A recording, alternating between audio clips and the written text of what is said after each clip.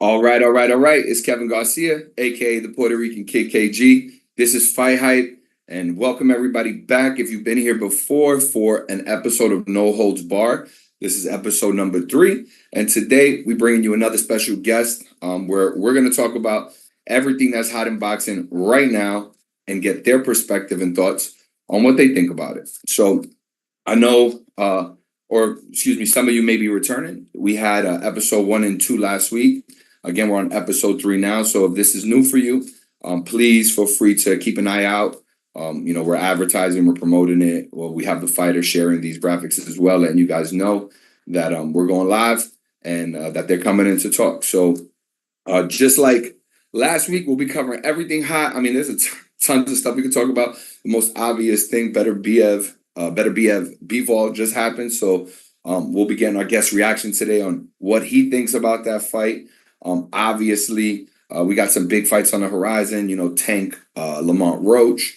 We've got Beterbiev versus Morel. Just so much we can talk about and so much we plan on talking about. And we'll be covering that in depth. Look, if you're in the comments, I'll be looking out. So, if you got a question, if you want to make sure it gets up there, feel free to send a super chat. We'll address those right away. But any questions, it doesn't matter if it's a super chat or not. If I see it and it's valid, we'll definitely ask. We'll be pausing in between different topics to address some of those comments.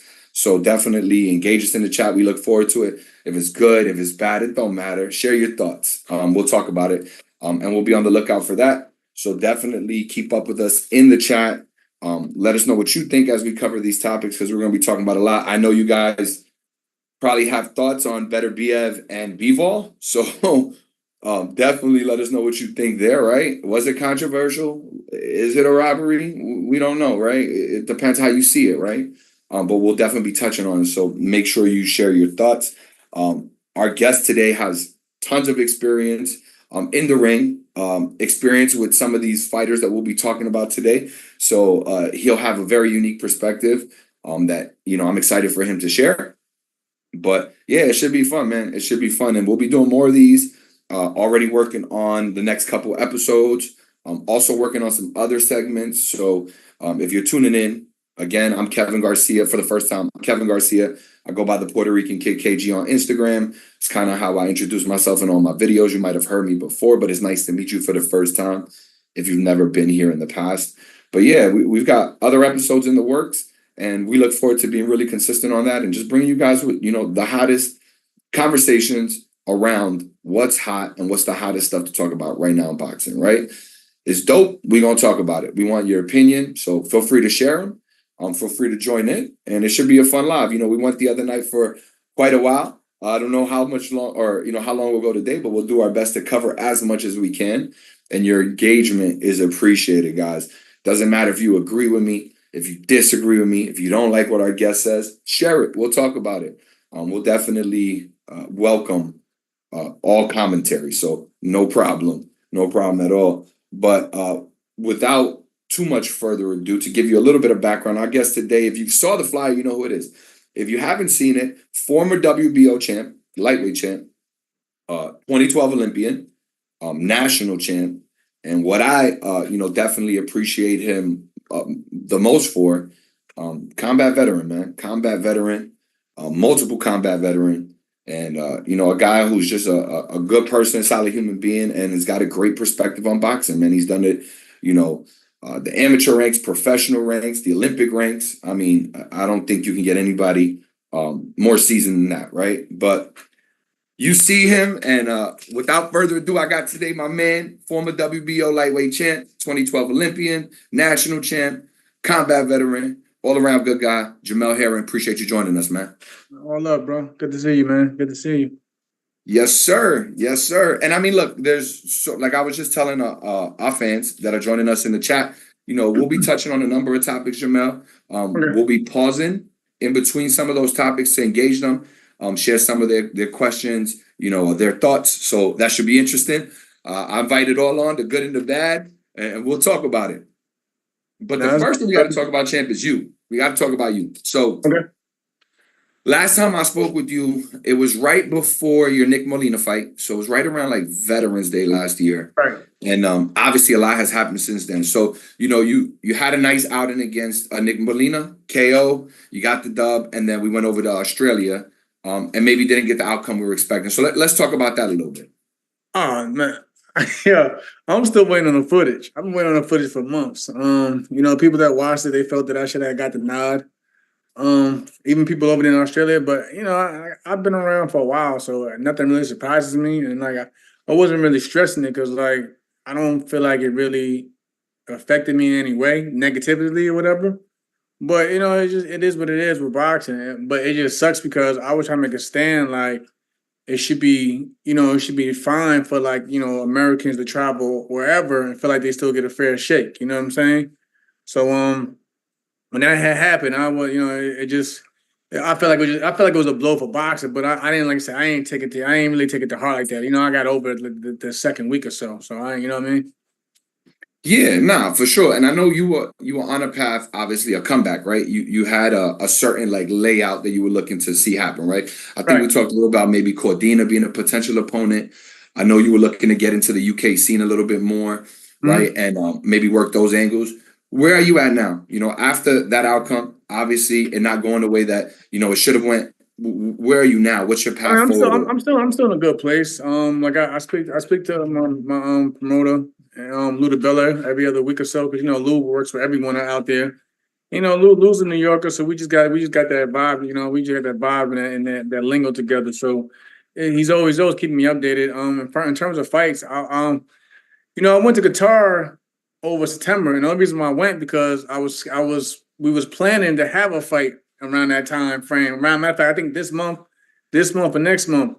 So if that was the case, I wasn't going to go overseas. I was and the fight was with Mark Castro. Mark Castro's team had reached out, and they had reached out to me before I went over to Australia, but I was, like I said, I was already tied up with that fight. So I guess they came back around to it over the summertime frame, and I was putting up the trip to Qatar off, and the trip was to go help out and speak with other military veterans in the Air Force. So that was what the trip was for. And I'm all for supporting the troops and looking out for my own. So, but I said, this fight had popped up first. Let me see what happens with with the communication on making the fight or whatever. And I just never heard back from him. So at a certain time frame, I was like, you know what, I'm just gonna go over here and see what's up with in guitar and leave it from there. But like I said, I haven't. That was one thing. I think Mickey and also Mickey Roman from Mexico. His team had reached out about fighting, but then I don't know what happened with that either. So yeah. But again, so I've been in places where I had opportunities, knocking at the door and such and so, whatever. Whether they were big or small, but so that's where I really am right now in boxing. But right now, I'm just chilling right now, man. I'm just enjoying time with the family. Being around my friends and everyone that I haven't really got to see so much because I was always on the go and I was on the move. Yeah, nah, well deserved time for sure. But before we talk a little bit of boxing, I just got to ask, Qatar, man, was that your first time there? Yeah, that was my first time. That was my first time. Of course, I've been to Iraq and everywhere else in that area, but no, that was my first time. It was a good trip. It was nice. It was nice out there. So and then and we did a good job because they wanted me to actually referee some of the amateur fights out that way with the troops. So I was basically I refereed I think like 20 fights that night. But 20 fights in a night? it was a good time. It was a good time and to the point where I think they're going to come back in March. So we'll see what happens then when March comes around again. Dope, dope. I mean, Qatar's definitely got to be different than Iraq, huh? Yeah, definitely, man. At first, I ain't gonna lie, I was skeptical, bro. I ain't gonna lie to you. I was like, what you mean want to go back over there the Middle East? I want to go. I wasn't really for that first, but I was like, nah. It was like, nah, champ. It's different a lot from when you was around at that time. Yeah. A lot. Nah, that's dope. Yeah, for sure, man. Not going in combat boots must be a different experience, right? Oh, yeah, of course. Yeah, for sure, man. And look, so from what I'm hearing that you're saying, It doesn't sound like you're in a rush, but you're not done with boxing. Your intention is potentially to fight again and continue down the path that you were going. I mean, I just feel like whatever comes up, it just, for me, that just makes sense. You know, like you see me now, I don't put on 30, 40 pounds like that. You know, I probably weigh like around right now, maybe like 147 max. Still can make 130, 135, whatever. But it just for me, it just doesn't make sense. Like I'm not really pushing for it. I'm just sitting back and I speak to, like I said again, I speak to Lou, speak to my man JC and everyone on that side about everything. Just about every day or so. So whatever comes up, comes up. But for me, it just has to make sense. It has to I'm not in it for just the cash grab, nothing like that. I'm fine. I'm fine when I'm at in life. But like, it just has to, like, for me, it's more like adding more to legacy more than just picking up a paycheck. Yeah. Do you feel fulfilled? Like if that was your last fight, are you fulfilled with everything you've done? I mean, you've had a hell of a career. I mean, I was just thinking before I got on here, like I seen my man Ben. Shout out to my man Ben, FightHype. I remember like when I first came on the scene after the Olympics in 2012, and Ben, obviously talked to Ben and like they could tell you like I was the least expected to do anything up that roster. I mean, we had a lot of great fighters. You got Errol Spence, Jose Ramirez, Jojo Diaz, and the list goes on. You know what I mean? Marcus Brown. But so when you look at all those guys, I was pretty much and I wasn't really known in the amateur scene at that time either. So I was basically the least expected to do anything. So when you said, do I feel fulfilled? Yeah, but I always feel like there's always room for more. But again, I think I did I overachieved than what many thought I can do to begin with. So I'm not mad. Yeah, nah, listen, if you don't know Jamel Herring, you should get familiar. The man has done a lot on a lot of different levels. And hell of a career. And if you have another fight, we're always going to support you on FightHype, man. Hopefully that's the case. If that's what you want, champ, and you get the fight that you want, for sure. No, I was going to tell my man Ben, like, y'all need to start a damn podcast or something, man. What you think this is, Jamel? Forever. I'm like, yo. Everybody was telling me anyway, yo, you gotta get into the podcast scene, man. Y'all say it, but I'm just like, I'd rather do the people that I know and rock with. You know what I'm saying? Like I can sit here and talk boxing all day. So when you hit me up, I ain't mind. Especially when you said FightHype, we like again, shout out to Ben. They been my, day one since I came into the pro scene. So I'm always grateful for the platforms, you know what I mean? Because again, platforms like this one, it just, whether they want to look at it negative or positive, the people who's watching, it gets you out there regardless, you know what I mean? So and more people definitely tune in. So they said shout out to FightHype and everyone else that gave me, that gave me a room just to get to know me better and speak my mind. Yeah, for sure. We've started this segment, this podcast, No Holds Barred, and the intention of it, right, is to talk about whatever's hot in boxing right now, get your perspective. But we're working on some other segments, and we'll definitely talk offline, Jamel. I mean, like I said, your perspective is golden. We love it. So, no doubt. Let's talk about one of them topics. Let's get right into it. Let's get to that. For sure. So we gonna set it off. It's been a crazy few weeks. Yeah. And there's a number of places we could go. I mean, we just had a big fight on Saturday, but I'm gonna start it off with probably what most fans want to hear from you, right? Up first in terms of topics. Tank Roach, man. So look, my first question for you on this whole thing is twofold. What's your thoughts on this fight, and is it pay-per-view worthy? Do you think this is a fight that's pay-per-view worthy? It depends for me with that question because of who Tank is. It depends on the price. I look at it like that because you see pay-per-view prices are not always the same across the board. So I think I have to say like that. But I know a lot of people are going to disagree and say that it's not. But again, you got to understand who's the headliner of the card and the platform that he's been using for the past a couple of years now. So, for most fighters, there's no going backwards unless you take a loss. So for me, it depends on the pricing and the card though. Like I said, I'm all for the card too. They got a good lineup that people are going to sit down for and tune in. Yeah, I'm all for it. And I know a lot of people always say the old school method was, it's not about the card itself. It's always the headline for the pricing. But again, for me, if I'm on pay for something, I want to make sure that I watch, every bit of fight and get everything out of it that I'm paying for.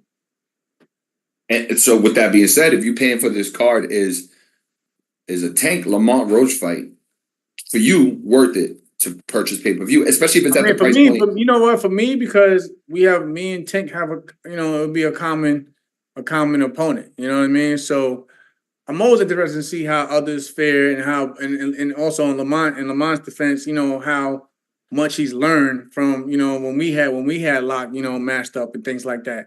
And I know Lamont's a different fighter. I mean, he's a world champion now. So shout out to Lamont Roach for still pushing to achieve his dream. So, plus I came in the amateur scene with these guys. Like I said, I know Lamont since he was about 15, 15, 16 years old. So me and Lamont and Tank, I know Tank he was a junior in the amateur. So I watched them both coming up, in that same timeline. So and plus they're from the same neck of the woods. So for me, it's always about the story. For me, it starts with the story. So I hit up Leonard on Twitter. They say like, yo, when the press conference, I know the press conference is gonna, it's definitely gonna sell, but like again, I'm just a different type of fan in boxing, so that's just my preference. Everybody's got their preference on if the fight is good or not, but for me, like I said, I just know there's a lot of history between those two guys. Yeah, and everybody's well aware that you fought Lamont. You obviously defeated Lamont. Can you talk a little bit about the other fight on the card, our headliner in Tank? You've done work in the past in that area, the DMV area. Like you said, you got history going back with Tank till he was 15. Right. What was your experience like just being around Tank, him working with you? Have y'all ever worked in the ring? Any of that stuff? We worked in the same gym, but we never got to, we never sparred. Like me and Lamont sparred at least probably 2-3 times before we fought each other. So we were very familiar with each other. But I never got to spar. I never sparred with Tank. He used to spar with Rashid Warren and everyone else that's come out there with around that time. But me and Tank, we again, I think there's a huge poster, and it's about like 30, 40 of us in the poster at Headbangers Gym in DC. And it's me, Tank, and like a lot of the guys it was just one big camp. So we was around each other a lot throughout the years. Did you see in Tank then what we all know about him now, which is, he's got the power. He's obviously now he's one of the top fighters in the game. But did you see that back then? Oh yeah, definitely.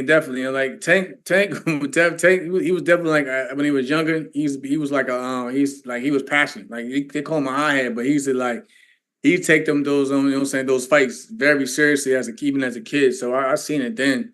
You know what I mean? And I just knew, just like I said, his backstory. So you pretty much knew, why, he used to go so hard and and use boxing as his gateway.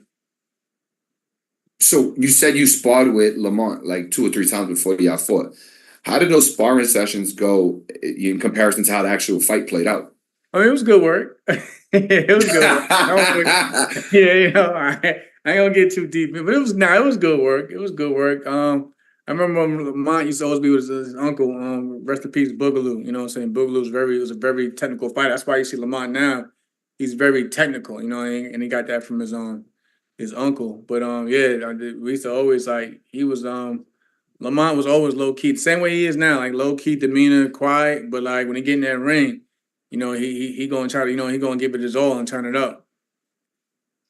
So it's safe to say that when you went into that fight, you had confidence. Yeah, I mean, I had confidence because I had familiar, I was very familiar with him. So of course I had confidence, but again, I knew what was on the line, so I couldn't get too cocky about it. You know what I mean? And I can see I got hurt in that 11th with a good shot. So again, that's what I'm saying. Like I knew that going into it, like he was still dangerous. Like again, at the time undefeated, first world title shot. You know what I mean? So of course, he had that. He felt that he was the better man that night too, though. So of course, I had to go in there, and take it very seriously. Even now, when I read the little back and forth between him and Tank on Twitter or whatever, I see that he's serious. You know what I mean? And people in the comments, they're gonna say whatever, but like I know that like he definitely is taking his fight. He's not looking at it as a payday. What do you think, Lamont? Based on your fight with him, what do you remember that he did in that fight that he would maybe need to improve on in this fight versus Tank? He got to just start a little faster. You got to start a little faster because Tank gonna take his time at times too. So you got to take advantage of those rounds. You probably people said that it was like that in the Frank Martin fight. Even maybe I think even like when he fought Rollies and a few other guys, but like Tank he takes his time at first. He start he reads you. So he's down like he's downloading everything that you're doing. So he's reading you. It's not like he's being lackadaisical, but again his activity may not be the highest in those first couple of rounds. So that's also an issue with Lamont. Lamont sometimes could start slow because if you look at the fight with us, I kind of picked it up my punch count and that's what I was keeping track of. I was like, okay. I had just the old school mentality. If he throw four, if you watch it back, I'm like, if he throwing 2 punches, I'm throwing four or five. You know what I mean? I'm trying to, and maybe all of them won't land, but one or two of these gonna have to get through and land somewhere. That's why I was going up and down to the body and everything. So, again, you just got to start a little faster. What do you think Tank needs to be maybe leery of, in terms of Lamont? Lamont, like somebody asked me recently, like, what can you tell Tank, about your experience with Lamont? And I was honest. I was like, there's not really much I think I can tell Tank about Lamont because those guys, again, they had tons. They had like 3 amateur fights, whatever, and I'm pretty sure a ton of sparring throughout the years since they was younger. So, like, I think for Tank, he knows he's probably going to try to expose something that I may not have seen in my fight with Lamont, or none of us may have seen, and vice versa. So there's not really much I can really say for Tank. I just know that I know how when Tank starts talking, but he don't really say much either these days. When he starts talking, I know it's giving him that itch that like now he wants to go there and improve something. You see what he said last time. What did he just say recently? Like, are you asking for it now? Something like that. Something to that extent. So like when I see I know these dudes, I'm like, okay, I know that right there, that got him that pep.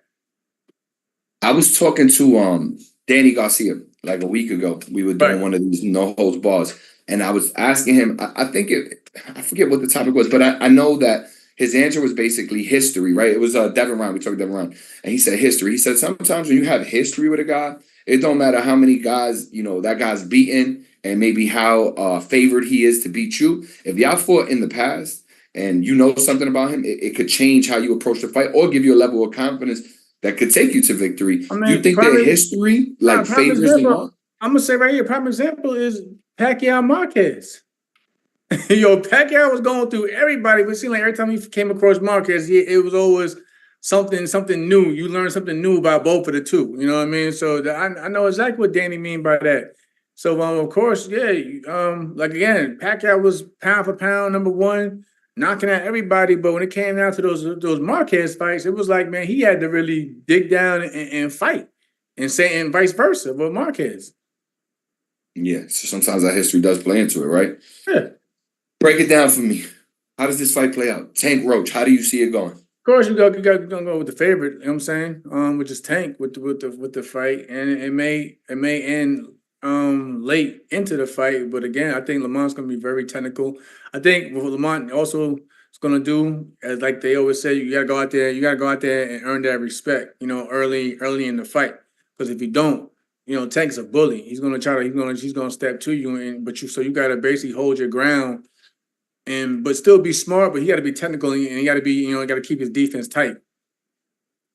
If you was putting your money on the table, you think Tank wins by KO? You think it's a decision? What do you think? I think Tank can win by KO, but I think it'll probably come late from accumulations. But Lamont is actually sturdy. He's a sturdy dude. But again, I think, like I said, if but it could turn out into like a fight like I had a Pitbull Cruz fight. Turn out just technical fight, because that was actually a technical fight too, and it went the distance. So like I said again, I think if anything happens, it happens late. It happens late into the fight, late or goes and it somehow goes to the distance. Yeah, got you. And so just on that topic, right? Just segueing, there's been controversy, right? People have been giving Tank flack. He's not picking the right opponent, or maybe Lamont. It's not on his level. He needs to look at, a fighter of a different level as far as perception goes, right? But obviously the one that people point out the most is Shakur Stevenson, right? Another person. Go ahead. What were you going to say, Jamel? I said shout out to Shakur. I was just talking to him the other day, matter of fact. Yeah. Shakur has his, on that note, has he shared anything with you about how his recovery's going?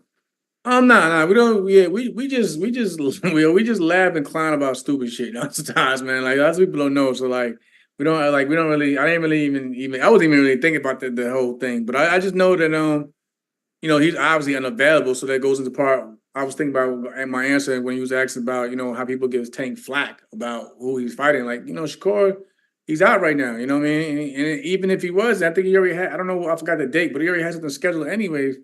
And everyone else seemed like they was tied up. Cepeda said Loma didn't want to fight. He's probably retiring. That's what I'm saying. Yeah, Loma taking a year off, then it was taking a year off. Then it was like he was thinking about retirement. So respect to him. I mean, he's done a lot in his own career in his own right.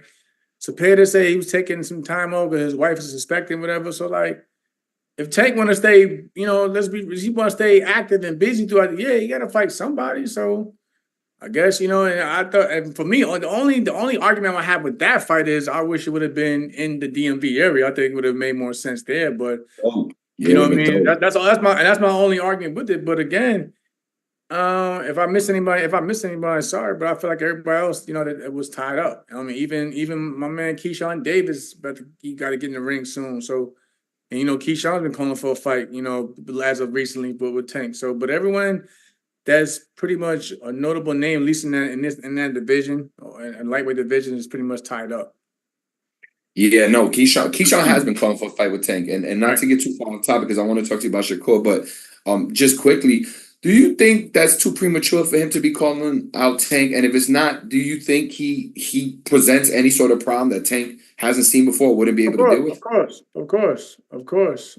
He's an Olympian. He's an Olympian medalist, and you see Tyron got him on the fast track. They got him on, and he's he's stepping up against a guy now that people thought that beat Richardson. Rich is in his last outing, whatever. So Richardson Hitchens. It took me like 3 years to learn that name. Richardson, So, it's a tough one. Too many. Yeah, my bad's Rich. That's why we just call him Rich.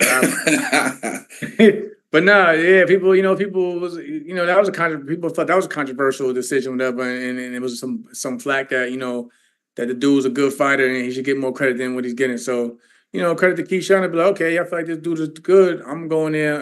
I want to make a statement that I'm just level. So it starts with his next fight, in my opinion, if he's ready for that. That mountain at the top. Whoever's up there at the top. Yeah, and just kind of tying two things that you said together, especially for the fans, and obviously your opinion matters, and so because you said earlier, look, because I actually said, hey, is that fight pay-per-view worthy? You said, look, a guy's not going to take a step back unless he takes a loss, and he's already building on that, right? And at the same time, he deserves he deserves the right to stay busy and fight somebody, right? Because people aren't available doesn't mean that he shouldn't fight, is what I'm hearing, right? Lamont's available, it's a solid fight. It's available. Gotcha. And again, honestly, if we look at it, with it being in Houston, either DMV is coming there, or they definitely be watching it from their homes anyway. So there's people gonna buy it. It's not gonna do the old school, of course. Like I say, the old school Floyd numbers, but people gonna tune in. Yeah, nah, for sure. Especially when you start stacking that card, definitely. Yeah. We see names getting added every day. I see. Right. It looks like they're gonna have Scooter on there. They're gonna have Cool Boy Steph on there. Right. Fighting Brandon Figueroa. Rematch. Yep, rematch. So I'm sure PBC is gonna make sure that card is as stacked as possible, so that the fans get their money's worth out of it. And it should be a good night. We'll see what happens. I respect your opinion. Whoever feel like otherwise, again, your opinion matters too. Because again, the fans, they do matter. And I feel like any fighter that says they don't care what the fans said, I can't really. That's a lie, because whether it's negative or positive, it's going to have some effect. Whether it has a small effect or a big effect on you, you're going to look at it. Like, for instance, if your fans saying, "Okay, I need to step up," you're like, it's going at one point in time. It's going to be like, you know what? Yeah, I definitely got to step up, because I definitely need to sell this next one. You know what I mean? So fans, they do play a part. But again, same for the fans, like the more y'all complain about it, all things, also y'all still giving the light. You know what I mean? Y'all still giving the light, but people will get curious to see. Let me see what this is about, and it still is going to attract attention as well. So, but if you don't want to see it, just don't trust me. If it goes silent out there, people gonna look around like, yo, what's going on? We gotta fix the formula. We gotta do something. We gotta fix this. Absolutely, absolutely. Getting back to Shakur, do you think because Shakur, I guess his path or what he's been speaking about, right? And maybe you could speak to it. It sounds like Shakur is recovering and he's hoping to get Zepeda next. Better, He's yeah. going straight to Zepeda, right? Cordina fight didn't happen because of his injury. Fine. He's ready to go straight to Zepeda. Do you think we actually get the Shakur Tank fight in 2025? Oh, that's a tough one, man. I don't know. I don't know, man. You got two guys that have, a huge base and egos behind them, So it's, I don't know. That's and I said because you know how boxing has been. Like we call for the big moments, and even when we think we're gonna get them, because I think again. We thought this year we was getting at one point Lomachenko went tank. I'm not saying it's a tank problem, but I'm just saying like when it's like when you get big names these days, it's hard to say, if we're gonna get that fight. I will hope we will eventually get the fight, while they're still in their prime, both undefeated or whatever. But yeah, I will hope we will get the fight in 2025. I mean, me too. Me too. I think we all hope that. So look, you obviously fought Shakur. You've had experience with him in the ring. I'm sure you guys being around the same camp. There's been other work too that maybe we don't even know about, right? But when you think about Shakur and your experiences with him, what do you think that he does well that Tank needs to be extremely leery of if that fight materializes, and vice versa? Distancing. He definitely knows how to get out of just get out of range and be in range where he can attack. So I think that's one of his best tools is his measuring and distancing. I think Tank actually is good at finding his range too when he's measuring you with like I say with the stick and everything too. But I think Shakur is definitely that's his trick, that's his trade. You know what I mean? I think Tank just got to basically always be there in front of him. You know what I mean? Make him and try to make him uncomfortable for Tank on Tank's part. But Shakur is definitely good at keeping the distance, and if you let him, he'll pop shot you from the outside all night if you let him. Yeah, and so just like you were saying before, Tank is known to be a slow starter. He's high IQ, right? He's setting it up, but he's going at his pace. How is he going to deal with that? Look how he set up his he found his range when he fought on Ryan Garcia, and he was reaching up. You know what I mean? But he kept finding his mark. So Tank is definitely also good at finding his range, and when he starts to feel it, that's when he starts to pick it up. Yeah, and obviously, like you just stated, there's a lot of movement from Shakur. Shakur's great in the distance and just enough to catch you, but not enough for you to catch him, right? Right. How does Tank gonna deal with all that movement, and how does he not give away so many rounds to what ends up a decision loss? You gotta stay cool in there. You gotta stay cool in there. You can't show frustration. When the minute you show that's when you start getting picked apart. That's what good fighters do. They use your emotions as a weakness. So you gotta just stay cool and don't get reckless. Just don't get reckless because again, along with the measuring, that's when he'll try. He's gonna counter. He's gonna counter. So with Tank's got to be him at the end of the day. But just be smart. And probably take his IQ game to another level for both of them. Matter of fact, take their IQ game to another level because I think that fight also could turn out into a chess match too. So they definitely got to step to their IQ level in that ring. Yeah, a lot of people were saying, right, and we're gonna get there in a second, so that we're not jumping too far ahead. But a lot of people were saying, like with Beterbiev last weekend, they were saying, look, we didn't expect him to be as good of a boxer as he was, right? Right. Do you think that a fight with Shakur will show us more of that side of Tank because he might be forced to become? Oh yeah, I mean, I mean, because Tank, Coach Cal, Coach Kenny, and them, I know them for like since I was young, so I know like they take every fight serious, and they've been in camp sparring sessions with Shakur, so they know all parts know what they're dealing with on both sides. So so of course you're probably gonna see some different things from both camps. You know what I mean? So it's not just one way. Like I said again, like with Danny Garcia said, when people are familiar with each other, you might see something. The fans might see something different that they haven't seen before because they're both bringing it out of each other. Breakdown. If this fight happens, how do you see it playing out? What's your prediction? I don't know, man. That's a tough one. That's a tough one. That's tough one for me. I can go like again. The man beat me, so I don't take anything from him. And I don't show no animosity. I give Shakur all the credit in the world, and I wish that man all the best in the world, and I hope he achieves as much as he possibly can. Again, I've known Tank since he was a kid. And Tank is still a dog, and and we know what he can do. You know what I mean? We know how he can end the show. But we know Shakur, how he can like I said, look at the fight with Oscar Valdez. He neutralized all this aggression, and boxed a beautiful fight that night. So again, it's just I feel like for me, it's just whoever brings their best in that night and never makes it, never slips up and falls into traps. Yeah, so you think it could come down to just who makes the first mistake? Pretty much, yeah. Yeah. Or like like for instance, like with Shakur, if you let that man get his rhythm and he starts feeling good in there, he's gonna and he starts getting your timing down. He's gonna try to pick you apart. But with Tank, so you can't go in there and be discouraged by anything Tank does or worry about who he is. You gotta just worry about who you are and what you can do. Yeah, and hopefully we get to see it and we see how that actually plays out. Before we move on from this topic, just your relationship with Shakur, because obviously before y'all were in the same camp or associated with the same camps, and then you had your fight, and then coming out of it, I know you're saying that you guys talk. Oh my bad, I'm sorry, my man. Bomac just hit me up. Shout out to Bomac, man. Shout out to Bomac, Eastside. Red, everybody over there. Yeah. Steve Nelson. My bad, bro. Yeah, I was getting back to Bomac. Bomac's in questions. I'm like, nah, bro. Is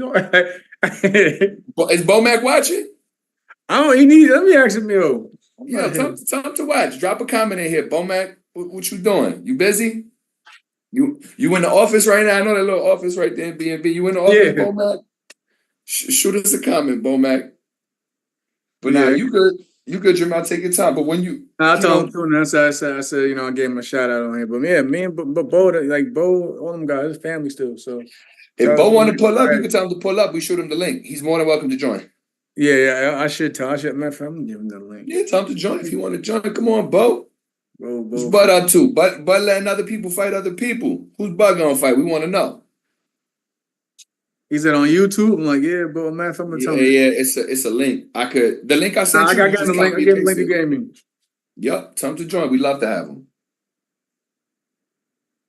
But yeah, Bo, if he on YouTube right now, hey, Bo, if you watching, check your phone. For sure. Hopefully we get Bomac in here. Because now he'll also Bo. Matter of fact, Bo did a lot when you talking about the fight with Lamont. Matter of fact, Bo did a lot of homework. And remember, this is when he was still commentating with Top Rank. So he was doing a lot of homework and watching a lot of tape in that camp. And he was actually, telling me to keep my head on the prize, and not like again, like you said, because I'm familiar with him, don't overlook or get too confident. So like Bo always kept me, Red and them, they always kept me level-headed, especially when I think about that fight now, you know what I mean? Yeah, no doubt. And what I was asking you last before you was talking to Bo was just for the fans, Obviously, we seen you and Shakur have a really good relationship before y'all fought, and then after, it sounds like y'all have a relationship. Just in general, what's that relationship with you and Shakur like? I think it's actually better. I know, like I said, people still clown me, whatever, for taking a loss, which doesn't bother me because for me, I'm a fighter. So it's that's crazy, Jamel. Not to interrupt you. Anybody clowning you for that is crazy. I laugh at never laced them up, never fought, just talking crazy. Go ahead. I laugh at the jokes though, but again, for me, it's like, again, going back to my man Ben, like they know, like I was willing to fight everybody, even now, I feel like everybody should be like that in boxing. You know what I mean? And like you can never say that I strayed away from a challenge or saying duck to anybody. I could have made 1,000 excuses like, oh, I can't make the weight no more. I gotta move up. How these guys do, whatever. I'm not saying that's an excuse for everybody, but when that challenge is coming from the low weight classes, at times it's like, I'm just going to just drop the belt and take my chances of getting another one in the weight class above. But I was like, nah. I felt like I came up the old school route, watching the old school method, from my parents and everything. So like, I feel like all champions for all challenges. My first defense when I won the fight, when I won the title was Lamont Roach. You know what I mean? So it wasn't like it wasn't like I had an easy, and I'm happy for that. You know, I'm glad I didn't have an easy string of fights. You know, people thought I was gonna lose to Frampton. We seen how that fight turned out. So I don't have, I don't have any animosity or like any regrets. I'm happy with how my career turned out. I think I'm more happy just from the love I've received, during my journey. So shout out to everybody who still stands by me and shows love.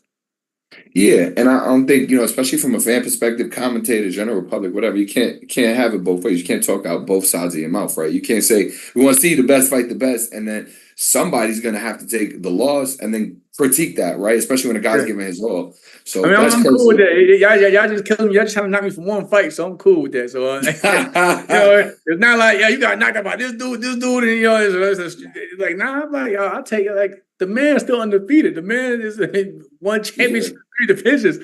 If I got hit, what I got to be mad about? Whatever. If I lost to a string of bums, then I feel like, okay, y'all got to chill. Y'all got to. But yeah, it's for me. I just take things. Maybe because I'm a Marine. I don't know. I just take things differently. I don't really take it to heart. I roll with the punches and keep it moving. Yeah, yeah. And sometimes it be like that, right? When you clear the air, whatever form of clearing the air that is in your Right. world, in your profession, that's a fight. It can bring people closer. I mean, Yeah. all of us have had our own experiences as a kid or whatever. You fight with somebody and then y'all cool the next day because sometimes that just clears the air. So I'm happy to hear that y'all have a good relationship because I think Shakur's a good kid and I think you're a Right. stand-up guy. A good man, Shakur ain't a kid. He seems young. He's got that baby face, but he's Yeah. a solid young man, and you a solid dude. So I'm happy our relationship is in the right spectrum for Shout out to sure. the Crayon Girl brand. I know they tuned in too. Shout out to the Crayon Girl There you brand, go. Cincinnati. I don't There you since go, Cincinnati. Show love. I'm actually in Ohio right now. gotta show my people, that show me love. Gotta give it love back. Crayon Girl. Check that Ohio out. love. Check that out. Definitely, definitely. All right, let's get to it. Let's get to it, champ. Saturday. Beterbiev, Bivol. How did you see it? It was close. I don't go with the whole. It was every close fight robbery. I mean, you can call it either way. I'm not mad at that. But again, I've seen arguments which I probably more aligned with, from arguments about exactly what the judge. It's about what the judge is looking for. You can't y'all attack the fighters as we score the fight sometimes. Like, man, listen. It's what the judges look for at times. Now, we know when a robbery is a robbery. I mean, it's clear as day, for real. But at the same time, it was a close fight. You can make an argument of who did what in that fight. But again, this is why, we waited for these type of fights like that, because we knew when it came down to the wire, it could be anyone's game. And it's all about what you like and what you was going with in terms of what you when you was looking at the fight. So, from your perspective, your view, did you appreciate Beterbiev's pressure more than Bivol's boxing, or did you appreciate Bivol's boxing more than Beterbiev's pressure? Both, a bit of both. I like the way Bivol definitely, again, another one that knows how to mark his distance, and keep that that gap, but be in range and out of range when it was time for him to attack and get out of there. But and I like Beterbiev. Felt like he couldn't box. You couldn't win a boxing match with this man. So he had to close the gap and press no matter what, and he couldn't afford to let up, because because we seen. Once Canelo took his foot off the gas against Bivol, we seen that Bivol just started picking him apart and then did what he wanted to do in there. So I'm sure Beterbiev looked at that and was like, I can't afford to let this guy get comfortable or, start sitting down on punches.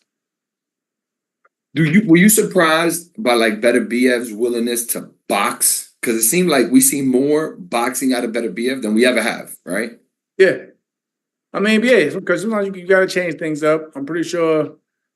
Like, when I'm looking at tape studies, I'm not always looking at. I'm not really looking for the flaws. I'm mainly looking at like the strengths and what you feel maybe people was going to try to pick up against just based on your style. So I'm pretty sure, like, Beterbiev felt like that Bevo's team may have thought that he was just going to try to bang and be on the inside all day, but he was like, no, you gotta box your way in to get to the inside at times. So you gotta box. So you gotta box. You can't just. Yeah, we seen him take a punch and just walk right through it, but he probably I'm pretty sure he had a lot more respect for who Bivol was to just, try to take a shot or a couple of shots to get in there. So no, you gotta box your way in. You gotta box his way in and be smart and be a little bit smarter. So the fight ends. They read the decision off. Do you think it's the right decision? I mean, I'm probably a little biased because only because like I said, I'm just human.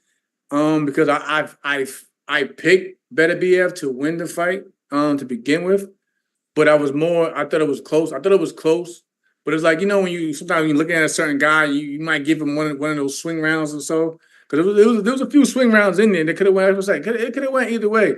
I wouldn't have been mad if Bivol would have won the fight either. It could have went either way, but it was like. Of course, if I'm looking at something that I like in particular, and if it's a swing round, I'm gonna go with the guy that the style I thought that matched what I was looking for to begin with at times. And I'm just being honest. But again, like I said, I also could have seen Bivol winning that fight. I think a lot of people and I agree with me what they say. Like maybe like the last 2 rounds, he kind of like pulled back just a bit. You know what I mean? And when the rounds that really matter, it's always the championship round for some reason. All these big fights that come down to the wire. That's what makes boxing great. But again, it was like Beterbiev probably felt like he had to step it up, and Bivol probably felt that he had it in the bag, and probably took his foot the gas just a little bit. Yeah, he was really busy. I mean, his activity through those first 4 or 5 rounds at the pace. So it was definitely a good back and forth. Now, obviously, rematch talk is in the air. What happens in a rematch? You see any different outcome? Do we get the same fight, round 13? Honestly, you possibly see a trilogy. And what that means, I could probably see Bivol coming up back, because again, Beterbiev is getting older too. And he looked, he looked a little bit, his timing was a little bit off in the last fight. And you don't know how much, these fights alone can take a lot out of you, especially fights like that. I mean, that's his first fight. He went the distance. You know what I mean? So you also got to think, where's his mental at? Yes, he won the fight, but does he still feel like that, that he's, that he can just walk through everyone and still, be, just as powerful and great as he was in the past? So, I mean, like I said, the mental aspect plays a lot moving forward. And like I said, in the rematch, that clearly tells you that Bivol feels that he can, that he won or can win the rematch if he's taking the fight again. So, yeah, I look at all things like that, especially with the mental aspect of the game. Yeah, that'd be dope. Imagining Bivol winning a rematch and then potentially a third fight after that. Sheesh. Right. Be dope for sure. What did you think about Eddie's shock and his, it's a robbery? Eddie gonna ride for his fighter regardless, man. So I'm not mad at Eddie. I mean, if Eddie felt, I won't say, like I said again, I won't say it's a robbery, but like I'm not mad at Eddie for for standing behind his guy and his fighter and be like, I feel like we should have got the nod. Yeah, no doubt. Did you see Bivol's wife? Everyone's seen the tweet fight floating around, man. What are your thoughts on that?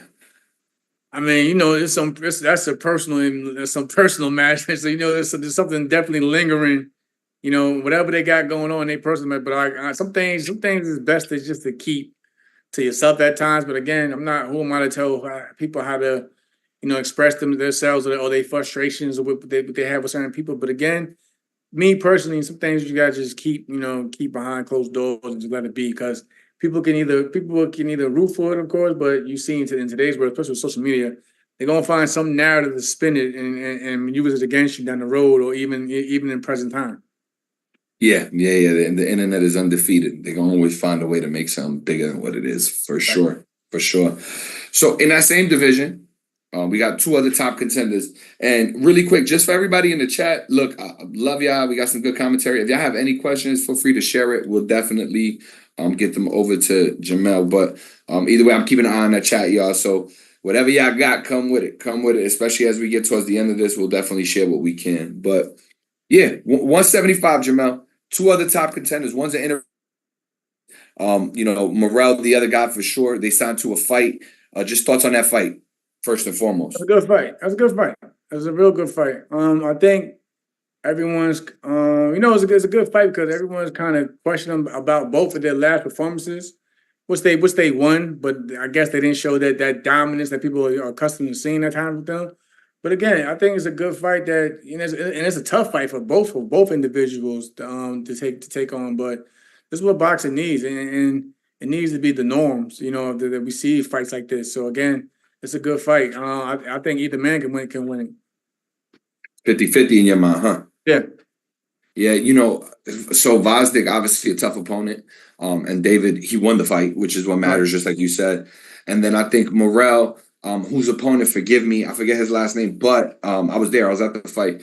They were fighting outside in LA, and it was probably like, man, it's probably like 90, felt like 100. Yeah, yeah, LA Heat. I don't know that we saw the best version of Morrell, and there might have been some outside factors contributing to that. It was hot, man. It was hot. Yeah. It was I mean, scorching. but it happens. I mean, we all have our off nights. I mean, when I fought Kendall, people thought, that was it, and that was gonna be easy work for Frampton, and we seen how that fight played out. So again, who knows? It could have been an off night. Could have been an off night for both individuals. But again, it's in the past. They both won. They both have something to bring to the table now, and it's basically to prove who's the basically the next to take over the throne in that division. Because who knows also what Bivol and Beterbiev go after this past weekend. Yeah, absolutely. So just staying there on the Benavidez Morrell fight, what do you think is going to prevail? Because you got David's. I mean, if you break it down to the very simplest form, it's David's activity and Morrell's power, right? So what do you see being the prevailing factor in that fight? And just breaking it down, how do you see it playing out? It's great because David still got power himself, but again, yeah, Morrell has power. He has pop. I think David probably is going to have to start a little faster to get Morrell off rhythm, and keep him on the back foot. But again, like he can't afford. But sometimes David gets in the bad habit of walking straight to his opponent. So Morrell, just having that amateur pedigree and style, he's gonna measure you, and he might run into one of those big shots that you mentioned just a minute ago. So again, it's one of those things where you gotta be on your P's and Q's, man, because either guy has power. They both have power to hurt the other. But like again, for me with David, I would like to see him, just push the pace from the beginning to the end, and keep David uncomfortable. Got you. Now, say again, my bad, Jamel. No, again, keep Morrell uncomfortable in there. Yeah. And in that division, right, 175, of the 475 pounders that we just spoke about, so Beterbiev, Bivol, Morrell, and Benavidez, Canelo's fought one, and he's not been too proactive in making fights with the other two, right? Right. So he spoke, I spoke to Canelo directly about this. He shared it with other reporters. It's been out there in the media, his desire to potentially get back that fight with Bivol. Now, if Bivol doesn't win or he's not the champ, my first question is, could you imagine a fight with Canelo and Beterbiev? And does he have, will he be able to pull that off? I thought about it. I thought about it after the performance because I felt like Beterbiev is maybe slowing down a bit. And let's be real, fighters they sometimes they see that and that could be a weakness. So maybe Canelo does flirt with the idea, especially if it's for the opportunity to be undisputed in another weight division. And we see how now you see a lot of fighters trying to, the goal is to become not just undisputed in one weight class, but multiple weight classes now. So I can see just like the added chip to the legacy, with Canelo, to flirt with the idea of, going for undisputed in another weight division against a older Beterbiev. If he doesn't take on the Bivol fight, the rematch or whatever. If that would have happened, if they would have actually fight Beterbiev and Canelo, how do you think that fight? Do you think? Because I think the issue with Bivol, which we all know, right? If you've watched the fight, if you don't, right, little 411 was his activity. Bivol just boxed them, right?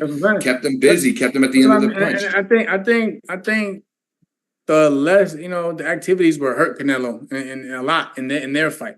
And I was just going to go into that. I think just who Beterbiev is in terms of he fights at a certain speed at times, and that could be bad, So and like Canelo, he does have one of the best chins, in the game.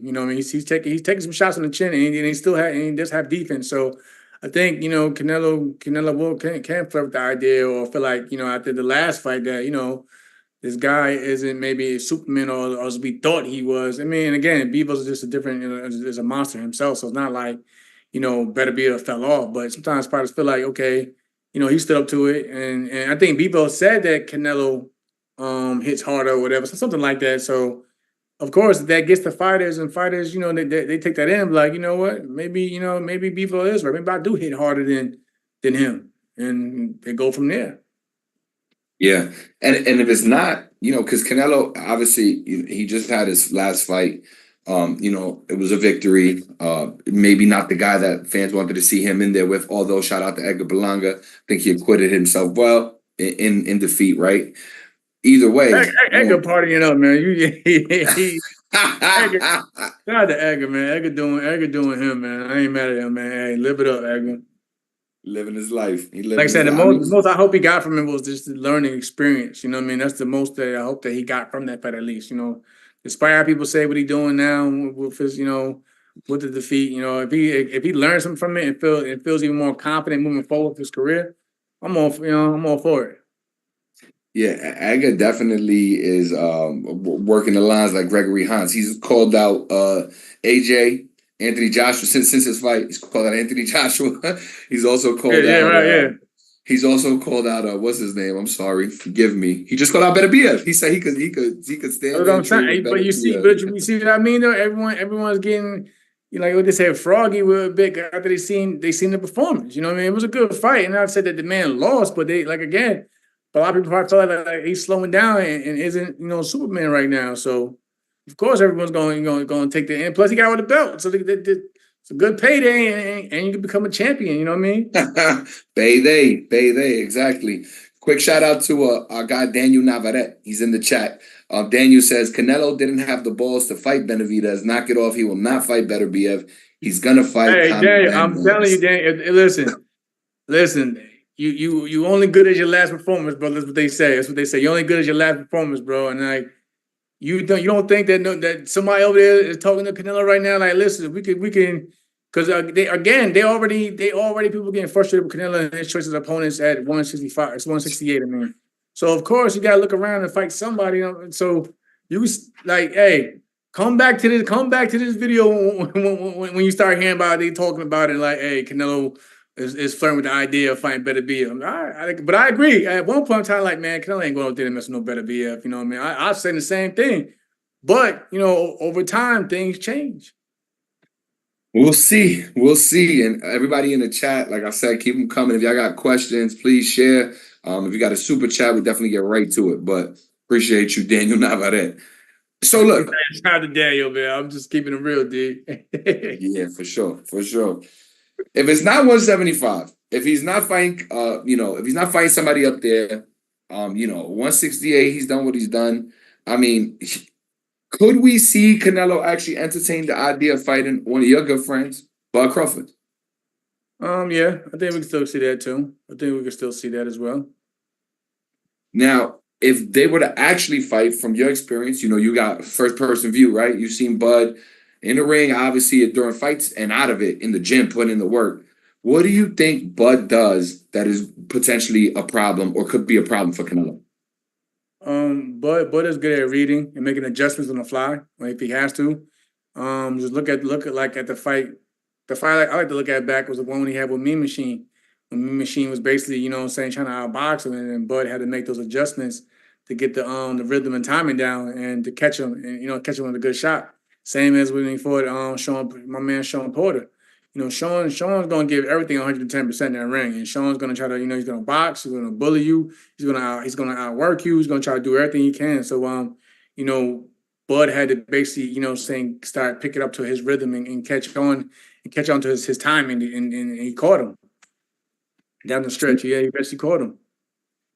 So if I'm hearing you right, you're saying Bud's his ability to read the fighters, make the adjustments, his IQ can give Canelo problems. The IQ to make the adjustments on the fly. Like, he'll see things, like again, Bo Mac, Red, and they'll of course they're great at looking at things, but sometimes the fighter had to see in front of them first, or something that the trainers may not be seeing. But Bud will start. But I've seen Bud and Bo, have conversations in the corner, even with sparring like sessions, like, no, Bo, I hear what you're saying, Bo. I hear what you're saying, but I see something. I see this also, and I'm trying to work on this right now. And then Bo will he'll think about it and be like, okay, I know what you mean. I see what you got. All right, let's give it a try. And so that's what makes the chemistry great.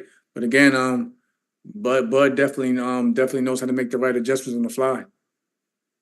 Yeah. I mean, Even the last fight he had too. The dude was everywhere. He was all over the place. Bud had to just, clink, snap, bite down, and he had to step to him and start letting up those combinations. So again, like he made it at the right time in that fight. Some people would say, look, personally, I feel exactly how you feel about that fight with Bud. But some people will say, Bud, he had a lot to deal with Madrimov, and if that was a handful, then what kind of problem could Canelo present to him? So for those people who say that, what do you say to them? I mean, obviously it don't bother. Like I said, if it don't bother him, I don't, and I know him, really well. I don't pay no mind. If I like when something's bothering your brother or something's getting, then you start to worry like, yo, you all right, you good? But like with Bud still, he's still open to it. You know what I mean? So he must still see something that he feels like he can expose in that fight. So of course, I'm not worried about it if he fights him or not, honestly. But again, if he still wants it, I'm definitely going to support him 110%. But I'm behind him. Yeah, for sure. Listen, Bud taking on Canelo, for better or worse, for the fans who like it or don't like it, it still be one of the biggest fights in boxing Right, yeah. if it were to happen. You know what I mean? So, for all you calling for big fights, I don't know that there's too many fights that would be bigger, right? If they would come to fruition, but we shall see. We shall see, my friend. All right, switching gears with you really quick. A whole different topic. Ryan Devin Haney. This lawsuit thing came out, Jamel, from your personal experience, or from how you operate. If you were in that situation, if you were Devin, would you prefer to get it back in the ring, in the courtroom, or both? Do you think he's right for doing what he's doing? I mean, I'm like Devin and Bill was my people. I got respect for Ryan too. But me, of course, I'm gonna want to get it back in the ring as well. But again, I wasn't in the ring that first fight. You know what I mean? I don't know the punishment that Devin, and he gets a lot of flack for it, whatever. But I don't know what the type of what he was feeling in that ring, to the extent or why he's going for a lawsuit that he may feel like that Ryan potentially may have put his health at risk. I don't know. Like again, but again. I still would like to see it was court or not. I still think, get that back in, get like you said, get it back in blood or whatever, get that back in the ring. But that's for at the end of that, that's for them to to live with when how they take, move forward with their whole decision. But, boxing is a dangerous sport. Of course, we want to keep it clean. So I can understand the concerns and why their frustrations, maybe why they're doing what they're doing. But again, most fighters, of course, the fighter, most of us say like, yo, we got to get that back. Or if we're going to get that back, make sure, of course, if it's on an even playing field and everything's clean. Or just move on and just let it, honestly, just move on and let it be if you're not. Because again, the less you speak on it, the less, you're going to hear, from everything, saying come from all angles. Yeah. I guess maybe the question, to put it a better way, if you fought a guy who potentially used performance-enhancing drugs, and you had an outcome like that, would it be just the ring, or do you feel like, yo, if somebody cheated me like that, I would sue them as well? No, I'm gonna probably go Cotto Margarito part two. We gotta just we gotta okay, whatever. Because I've been actually been in the ring with dudes that was dirty. You know what I'm saying? And I got victories or whatever. So I just like even the next time around, we gotta be a lot more careful how we select these fights or how we with the testing and things of that nature. I probably push more for that, but for me, again, we got to run that back. We got especially if if it can't because it really was a close fight until the knockdowns and everything started playing at the end of the fight. You know what I'm saying? So again, it's not like he wasn't in the fight and he was just getting, beat on from start to finish. So it was like I said, again, the knockdowns definitely played a huge role in the scoring, whatever. So again, you probably feel like if he didn't, cheat, whatever, and which they probably feel like, is what caused the knockdowns and knock him off his game. They probably feel like we can beat Ryan Garcia on an even playing field. So again, like I said, it was a good fight. It was a good fight again. I thought it was a good fight before everything came out with the whole, PEDs and all that mess. But again, it was a good. When I was looking at it, it was a good fight worthy of a rematch. You know what I mean? Yeah, no, I agree. I think the rounds that Ryan won, he won big, but there are plenty of rounds that he wasn't doing anything, and Devin was the Yeah, active and Devin guy. was boxing. It was just boxing, just being Devin. Sure. So, and obviously, with all due respect to your relationship with Bill and Dev, what do you think was the bigger culprit? Was it the defense or was it the drugs? No, I got probably a little bit of both. A little bit of both. I think Devin should have tightened up with after that first, after that first hook came, you got to tighten up. You got to tighten up a bit more. You know what I mean? You got to be wary, but not focus too much on it because again, he can switch it up, hit you with a right hand, a big right hand, but you definitely got to, you definitely don't want to get hit with the same thing over and over again. So you definitely got to tighten up. So again, that can potentially be a factor of both of like things playing out too. It could be that, like I said again, the defense wasn't tight as it should have been. On the other hand, he probably had a little bit of extra oomph or whatever, a little juice in it. So whatever. Yeah, Yeah, I don't yeah. know the call. Like you know what I mean? I don't know the I was call. gonna say a little extra sugar in Kool-Aid, but that wouldn't be it. That wouldn't you be it. know. That Like I wouldn't be don't know, it. you know what I mean? But I think they both could play a factor in how it turned out. Yeah, yeah, no But doubt. Quick shout out. because there was rounds where he was winning, like Devin was winning, and then Ryan slipped in the counter, boom. You know what I mean? So like again, it was like one of those things like it could have played a lot of things could have played in there. And, like, again, but and the crazy thing, I watched a lot of Devin's camp because I was also there in Vegas. So when I was top rank, top rank gym, Of course. I would go there for my strength and conditioning. So I would always see, him and Bill and everything. They was doing their thing. And, he looked good in camp and he was sharp. So I was definitely surprised at the outcome because I was seeing how sharp he was. He looked good and he looked good in camp. Yeah. Hopefully we see it. I think the general public would love to see that fight back. So if it happens, it'll be interesting. Real quick shout out to the chat. JT says Canelo has the best resume in boxing for an active fighter. Never been on the canvas. He ain't ducking Benavidez. Just don't want to give the guy a payday. Probably don't like him.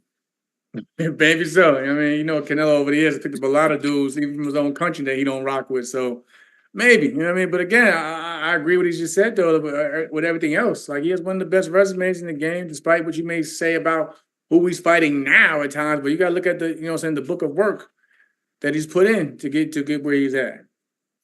Yeah, yeah. I always tell folks, look, man, if you build a business up and then it finally starts returning profit, the last thing you want is somebody telling you how to control your returns on profit, right? Like you put the work in. So, it's tough though. As a fan, you want to see the best fights, but at the same time, as a person, people have the rights to make the decision they feel are best for themselves. It's just hard when you want to see those top guys fight. I get it. I get it.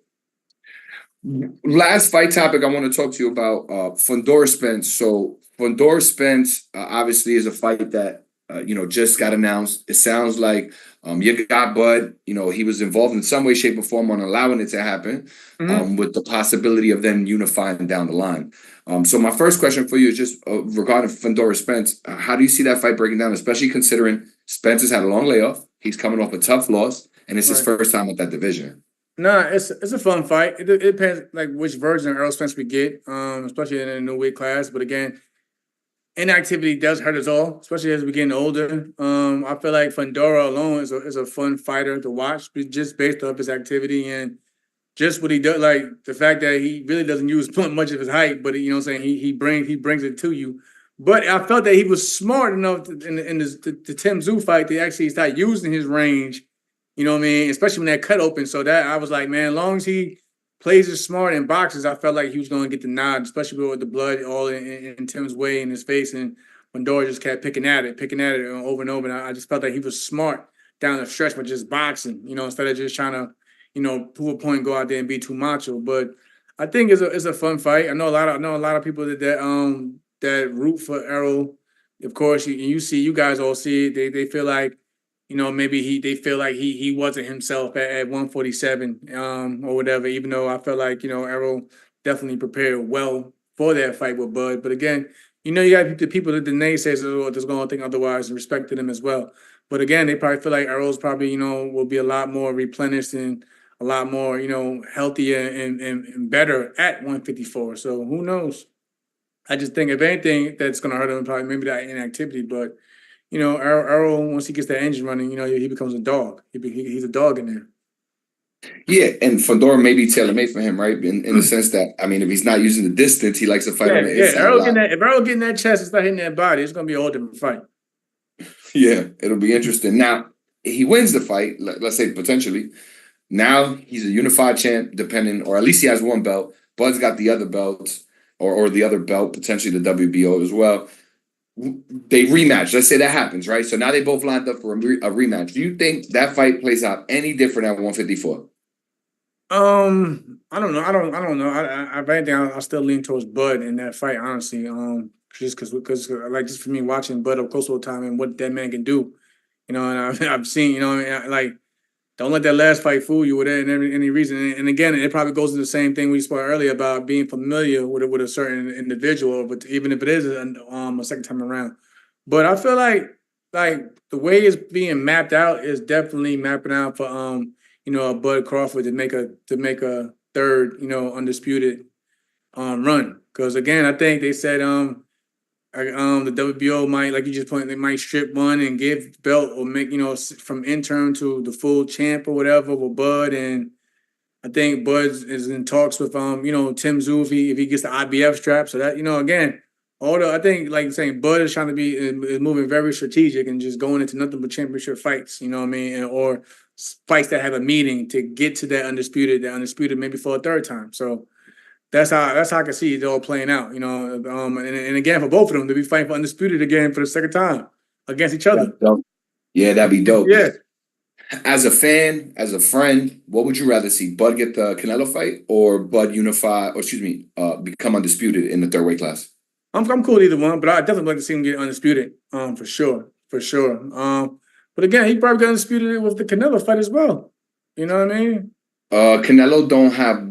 He lost one of them. He lost one of them. Yeah, but again, you know what I'm saying? I think, but it's the legacy. Is that at the end of the day, his legacy is cemented. You know what I mean? But I think I would love to see for the history, just for boxing, definitely undisputed in, on 3 weight classes in a row. You know what I mean? Three different weight classes in a row. That'll be a dope feat. Yeah, it really would.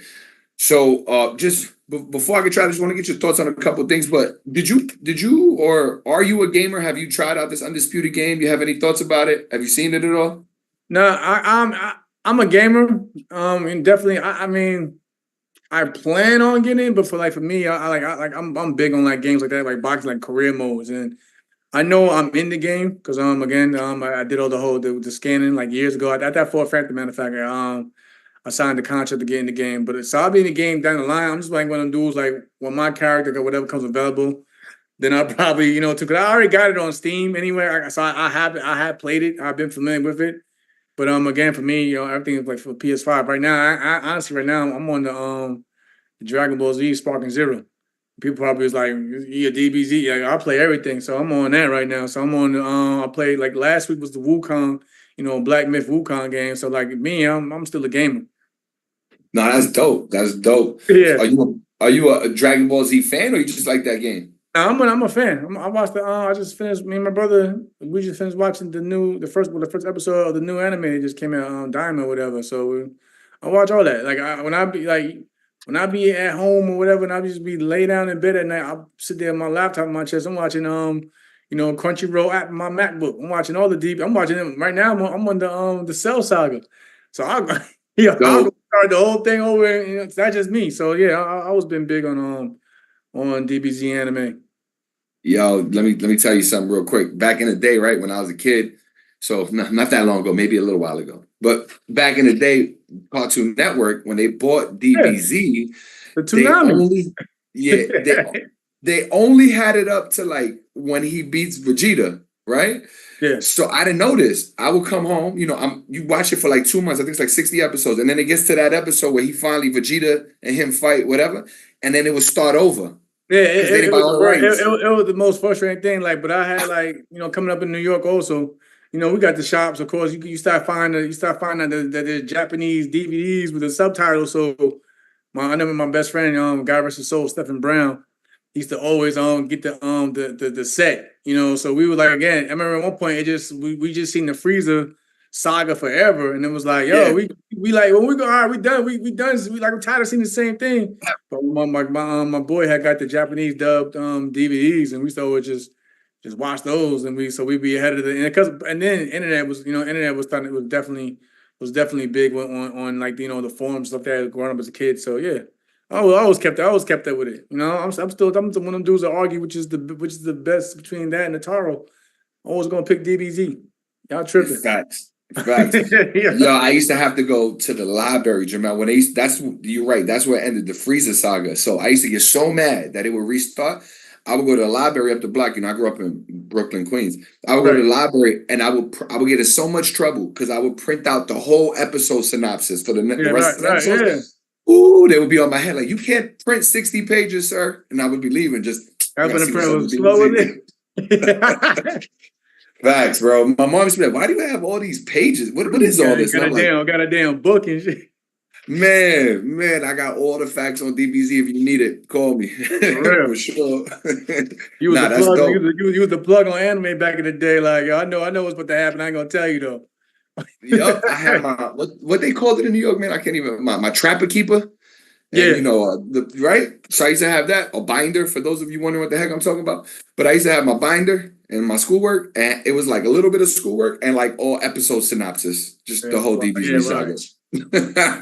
Good times. But that's dope. You in the game, man. And I definitely wanted to put that out there to the fans. I didn't know if you were or if you weren't. Forgive me for not knowing that offhand, but I figured I'd ask you. So I'm sure you look forward to, here's what I asked everybody about it. So besides yourself, I know you look forward to fighting with yourself. If you could make a dream match, any two fighters, who would you make in that game? A dream fighter? Yeah, like if it's any two fighters all time, let's just assume that they're in the game. But if you could play with any two guys, what would your dream matchup be? I'll toss you a bone. For me, it would be Bud versus Floyd. That's what I would do. Floyd, like I said, Floyd need to get in the game, but I know Floyd prices. Floyd price. I ain't Floyd. That's because they label it Floyd's price, but yeah. Floyd might just have his own game where he just. I was happy when I seen Floyd, fight night round 2 back in the day. Man, I was in Iraq when that game came out, and Floyd was on it, going back to that, just that time frame. But yeah, if I had to make a dream fight, man, that's a tough one, man. That's tough. What are people saying in the comments right now? I know, like, in terms of. Well, I got you. Think about that. Well, we triggered them with the anime talk for sure. So we got my man Mr. Quake been going in. He said, let's see here. He said, who's not a Dragon Ball Z fan? I love Dragon Ball Z. Kai, Toonami. He was shouting out Toonami. I remember Naruto or One Piece. So we got this is recent. I'll go back in it a little bit. But yeah, Mr. Quake is a big anime fan. He said, "Rest in peace, Akira Toriyama," for sure. Yeah, of course, the guy, the Godfather, and many of ours, just who into that. But I'm still on. It's like, keep thinking. Let's see. I always like, just not even a dream fight. I always wanted to see like Marquez and Eric Morales. Eric Morales is actually one of my favorite fighters growing up. And I was like, people even still to this day ask, why we never got that fight? And those guys seem like they always fought in that same pool around each other. Yeah, but it was like we never got that fight. And I was like, Eric Morales, when he fought Barrera the first time, because that's when I really started getting heavy into boxing. I remember watching that on HBO, whatever. That's when I really started getting into it. Like I can go back, like watching Shane Mosley, Oscar De La Hoya, their first fight. That was big. That was big. Bernard Hopkins, Trinidad. That's another one of my favorites. So like a lot of those guys, that broke my heart. You see my name, the Puerto Rican. I was working for my man B.R. Mega Trinidad. Like we knew Trinidad was that guy. Like he was that guy. Once he got that back foot up as that, like I said, that Kickstarter. He was definitely going to hit you with something crazy if he caught you with something. Ugh, man, I didn't know enough about boxing. I was probably one of them guys that always argue like who was better, between Trinidad and Cotto, because at one point you had those two bases, like, so I was that, but I was always the Trinidad guy, but I was respecting Miguel Cotto for what he did for what he did for the game, of course. I always respected the guys who definitely did above and beyond than anything that I've done. So I always pay my respects to all those guys. But I was definitely a Trinidad guy too. Facts, man. Trinidad is how I got into boxing, man. Seventh Get grade. I'm him in the walking to game school. too. Matter of fact, get his ass in the game. I need to call him up too. Get some of him, Hopkins, all these, get a Legends pack and get some of these guys in the game for real. Yeah, no doubt, no doubt. My man Carlos Adams, he works in the game. I let him know. I said, man, we got some requests. I Yeah, sent him a man. message. I was just talking to him earlier, actually. That's funny. But yeah, nah, what? Trinidad is you pulling at my heartstrings, man. Yeah. 99, man. That was the year, that's the fight that brought me into boxing, Trinidad and Oscar Yeah. De La Hoya. So Trinidad Vargas. That fight broke my heart because think about it. Growing up, Oscar De La Hoya, Golden Boy. He was named Golden Boy for a reason. So it was like one of the things, especially as a kid. Every time you really look at it's people HBO boxing, you always knew it was with reflection with Oscar De La Hoya. So when Oscar lost, I was like, damn, I can't look at that. And I thought, even though I thought he lost the fight with Whitaker, in my opinion, but then it was like you thought he couldn't lose though at that point in time. Like he can't lose. And I was shocked, like, damn. But again, when you start with critiquing him, like, yeah, Oscar, you was wild and doing that. They took those last 4 rounds off, bro. But shout out to Oscar. It's crazy because me and Oscar, like, at times we'll talk about things. We'll talk about business, and so it's just a blessing. Like I said, guys I actually watch. I have conversations with now, and things like that. Even with Floyd, when I run to Floyd at times, when he's available. So I respect all those guys. We triggered them in the comments, and now people are shooting out the fights they would have liked to see. And we got stuff like Lennox Lewis versus Riddick Bowe, Trinidad versus Shane Mosley. Let's see, 135-pound Shane Mosley versus Tank Dream fight. I seen that one. I seen that one on Twitter as a debate. Definitely seen that one have pop up. Man, it would have been crazy. It definitely would have been crazy. Ooh, what? So one other thing I want to tell you about in the comments, somebody said Jamel Herring versus a Navy SEAL. I don't know. I can fuck with the Navy SEALs. I get Navy SEALs. Now we squaring up in that ring. That's a different story. But I know, I give Navy SEALs their respect. They don't mess around, yo. Nah, not at all. Not at all. Not at all. Well, listen, Jamel, I appreciate all your time, and I definitely want to make sure that we give you the opportunity to talk about anything that I didn't ask you about. Was there something that you expected me to talk to you about that I didn't? No, I just want to also just give a shout out to my fighter, Michael Gamble. He's about to fight Pro Box in a couple of days. I know, like I said, I'm really proud of this kid. He's definitely he's hungry. Coming out of Cincinnati, Ohio. Cincinnati has a great base of boxing as always. Throughout the years. But again, yeah, I just want to just to show my man Michael some love and let him know that I'm proud of him, and I want the best for him at the end of the day. Shout out to Michael. And where can everybody follow you at? Where can they find you at if they're unaware? At Jamel Herring, JamelHerring, all across the board. Twitter and Instagram. Like I said, people know. Like I said, people talk to me all the time. I always show love and respect back. Especially when it comes to boxing. I enjoy a good conversation. So thank y'all for even tuning in. It means a lot. Nah, come on, champ. We appreciate having you. And there's a lot of fights coming up in November. I know personally, I'll be at like five fights before the year's out, maybe 6. So it'll be busy, and we'll have a lot to talk about. And we look forward. Like I said, you Ben, hit me up anytime. The whole FightHype, team. Saying y'all got my number. I'm always free. I'm always available to talk, and I love talking with boxing with you guys. So anytime y'all need me, like I said, just hit me up anytime, bro. It's all love over on this end. Yeah, definitely. And we'll definitely keep that in mind, especially with everything that we got going on and coming up in the near future fight-wise. I want to give the chat just the last opportunity before we let you out of here. Anybody got anything for Jamel? Anything for Jamel? Before Jamel goes, and I'll check and just see if I missed anything, Jamel. Hold on. Let's see. Did we miss anything? Just a lot of love, man. Some people are true service to the sport and the country. Lance Meyer, he showed you love. He said thanks for your service. Thank you. Now, it's gotta be a troll. It's gotta be a troll. But there's somebody in there says, unless it's really Dev. Mel, you ever trained with David Goggins? LOL. I don't know what he's talking about. Ringing a bell? No, it could be. I don't know. It could be a joke. I don't know. I don't know. I guess we asked for the sake of it. What else we got up in here? Yeah. Oh shoot, Yeah, matter of fact, man. you know, speaking of training with that fight coming up, we spoke about you know, my man Rich, Liam Pyro. I spar with Liam a lot.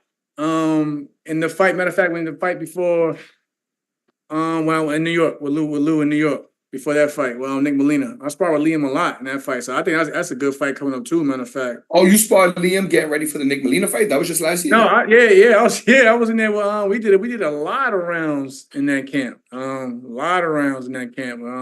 Me and Liam with my man Wayne McCullough out there in Vegas. So we sparred a lot. We sparred a lot at that camp. I was supposed to spar, matter of fact.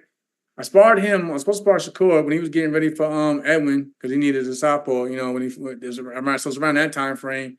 And I was also supposed to spar with Devin, but Devin at the time he was doing it. He was getting ready for Regis, but that's when he went back to LA for a little bit.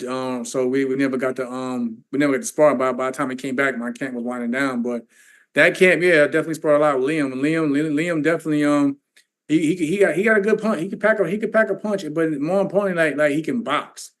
And he knows how to cut off the ring. I think with Rich, you know, I sparred Rich in the past a few years ago too.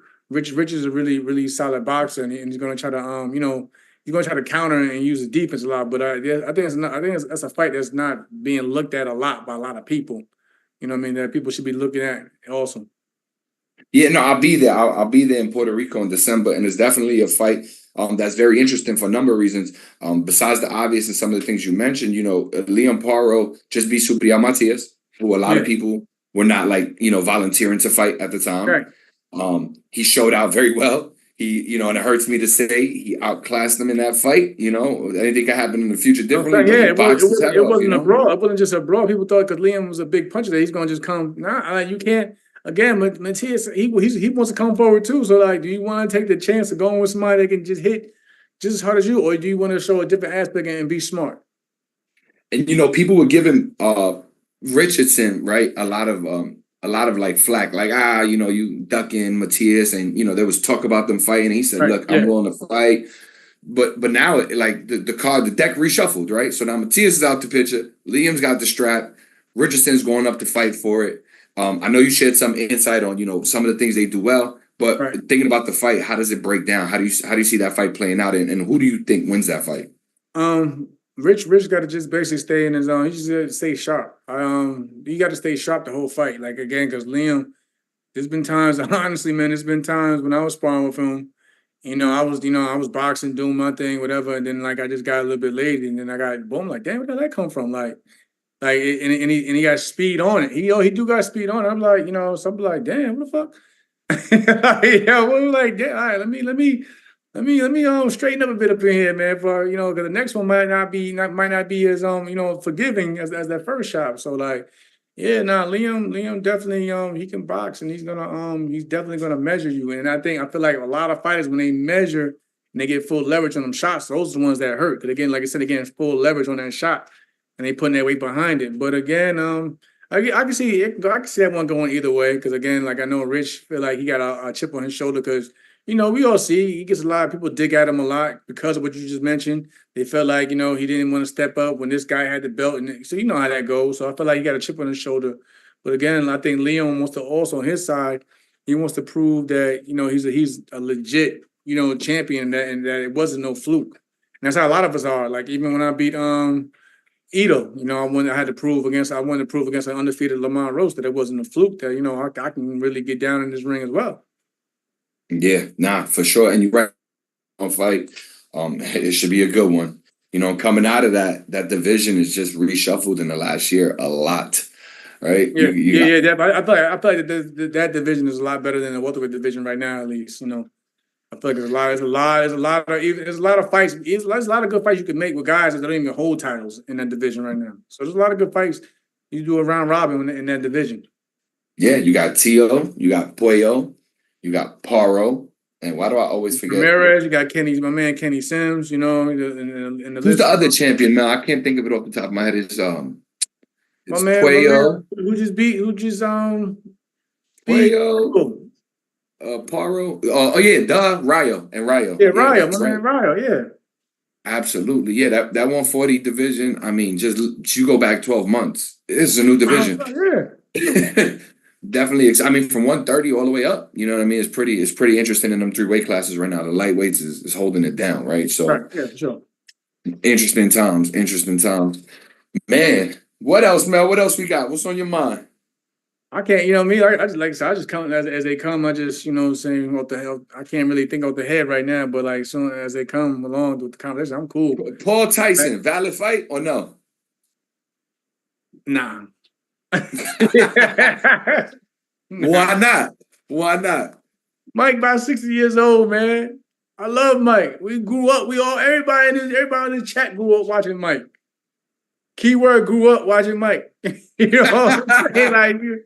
Like everybody in the chat. And it's not like I love Mike, man. Mike, every time I see Mike show love. But again, it's entertainment. It's entertainment, but I'm not taking it seriously as it's legit. Come on, man. Is there anything in the back of your mind that's I hope I see some of that old Mike. You know what I maybe mean? fun? Make it real uncomfortable for him in there. You know what I mean? Like it ain't a game in there. At the same time, it's not a game. But again, I'm not expecting much from it. You know what I mean? It's Mike Tyson. I guarantee there's gonna be a time Jake gonna get hit with something, and he gonna have to play. He gonna play in his mind. He gonna play it safe. He gonna play it safe, and he gonna use his youth. You know what I'm saying? To keep that space in between him after he get hit with that first good shot. Do you think, and obviously, knock on wood, not what we're asking for, but is there any like concern in your mind that like, man, Mike could get hurt messing with Jake? Yeah. Because Jake has shown, despite what we may say about his resume, whatever, if you can hit, you can hit. You know what I mean? I don't care who the opponent is. Because again, let's be honest, we see tomato cans that get put in front of prospects or fighters that's trying to get the contendership level, and they can take a punch. Despite what their records look like, whatever, we see tomato cans 1,000 times that are there just to be durable and could take to take a hit. And like with Jake, like I said again, I don't care if the guys was a bum or not, he's putting dudes down too. Yeah, what do you think about this? Right, this is my thought process, right? So not news, anything, just how I think about it. Sometimes when it comes to Jake Paul, I feel like, and look, I'd love to hear if you have a different perspective or you agree. Right. But when it comes to Jake Paul, sometimes I feel like he obviously gets a lot of flack because he has a lot of notoriety. So most guys, they first 15 opponents, you can't name. You cannot tell me somebody's first 10 fights, right? And most often, those guys are guys that help set them up and give them the experience. They don't just come in fight undefeated after undefeated after undefeated, or contender. You fighting guys that are fringe fighters, journeymen, right?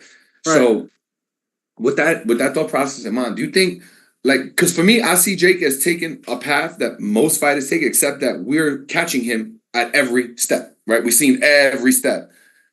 So do you think his progression is on pace with that of like any other fighter? Or do you think that there is pressure on Jake Paul at this point to like make quote unquote real fights? No, his progression is not on pace of any other fighter. And it's not a knock right now because honestly, what I'm about to say is like this: a lot of fighters are being put on the fast track. If you really look at it, I mean, so like, he's definitely not on that pace. You know what I mean? A lot of these guys, like I said, look at Raymond Ford and like I said, it's like these guys with like 10, 11, 12 fights, they're already fighting for like world titles. You know what I mean, against legitimate, champions or contenders as well.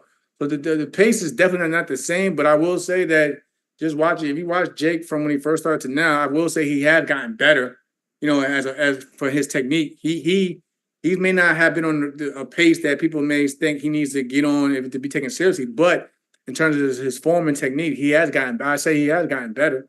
And like I said, I was just having a conversation though about this whole thing about fighters being put on a certain track. Like I had just got into it with a fighter about a fight with Pro Box about that. They wanted a 4-round respectfully, and the fight was set at 6.